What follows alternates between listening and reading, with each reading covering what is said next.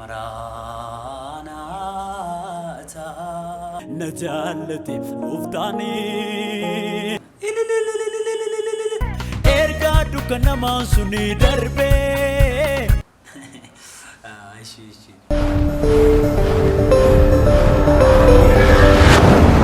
Akkam jirtu hordoftoonni Ilillee Miidiyaa Marti bakka isin jirtanitti hundumaatti nagaan Waaqayyoo isiniif haa baay'atuun jedha. Ani obboleessi keessan faarfataa Eebbaa Admaasuun jedhama. Gaaffii Ilillee Miidiyaa deebisuuf iddoo kanatti jira. Miidiyaa kanaaf haaraa warri taatan subscribe gochuu hin dagatinaa isiniin jedha. Gara gaaffii anaaf dhiyaate gaaffii tokkoffaatti hin deemu. Gaaffii tokkoffaan akkasidha. Eessatti dhalatte? Eessatti guddatte? Ani kan itti dhaladhe godina Qellem Wallaggaatti lafni itti guddadhe immoo godina Iluu Abbaa Booraa magaalaa Mattuutti. Gaaffii lammaffaan akkasidha. Yoom gara Gooftaa dhufte? Akkamitti dhufte? Ani dhalootuma koorraa jalqabee maatiin koo amantoota, maatiin koo tajaajiltoota isaanumarraan dhaale. Ofii kooti immoo baay'ee gara waldaa kanatti dhimma hin qabu garuu ofii kooti citee kan itti hafe bara 2005 ka'ee citeen itti hafe Gooftaa kana faayisaa lubbuu kooti gararraa godheen jaalladheen mararfamee itti hafe.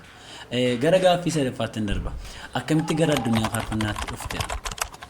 Gaaffiin kun baay'ee gaaffii namatti toludha.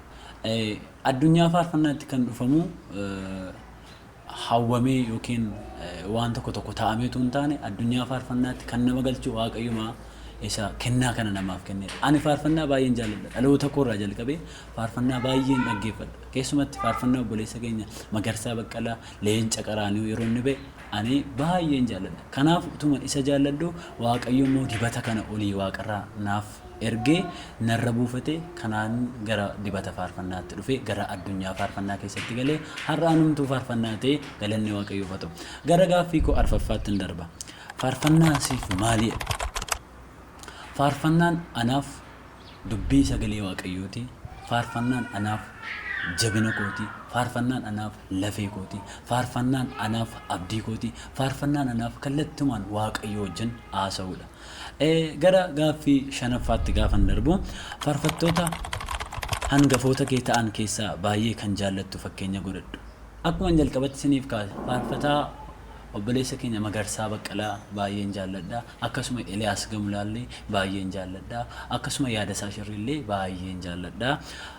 Gara gaaffii koo ja'affaatti gaafan darbu faarfannaa kee keessaa tokko nuu faarfadhu jedha. Faarfannaa koo keessaa tokkoon isiniif faarfadha. Maranatha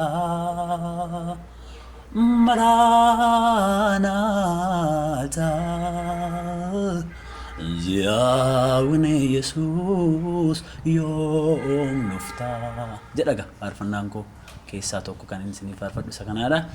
Gara gaaffii torbaffaatti yoon deeme social media keessa isa kamtu sitti tola? Maaliifidha? Social media baay'eetu jiru. Social media ilaalamu baay'eetu jiru. Keessumatti social media dubbii sagalee Waaqayyoo daddabarsan baay'een jaalladha.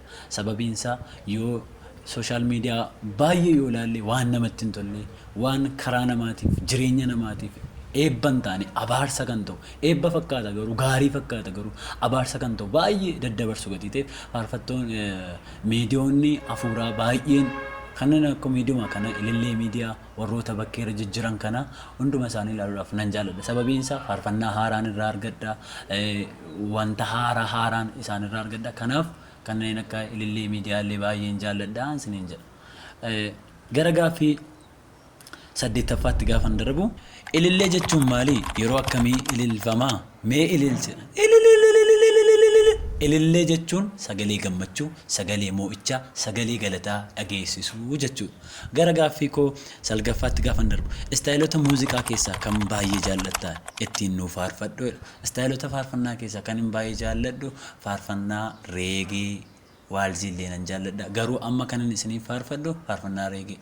Ani noksuu dhugaa, ani noksuu dhugaa, isa keessa koo jiru ol kaaseen dubbadhaa. Olaanii beekamii, olaanii beekamii, olaanii beekamii ati Yesuus barumaa baranii. Gara gaaffii koo kurnaffaatti gaafan darbu mudannoo kee keessaa tokko nutti himedha. Yeroo tokko garuma biyya kanaa durallee gara mo'aatii irratti dubbadheen ture achirrattis dhimma afaaniitiin wal qabata mudannoon irratti ta'e. Mudannoon kun nama sadii taanee gwaddinyaa koo dhiiraatu na barbaada dhufe nama sadii taanee utuma deemaa jirru ani afaan Amaariffaa hin danda'u yeroo sana jechuudha. Amma nan danda'a baay'ee.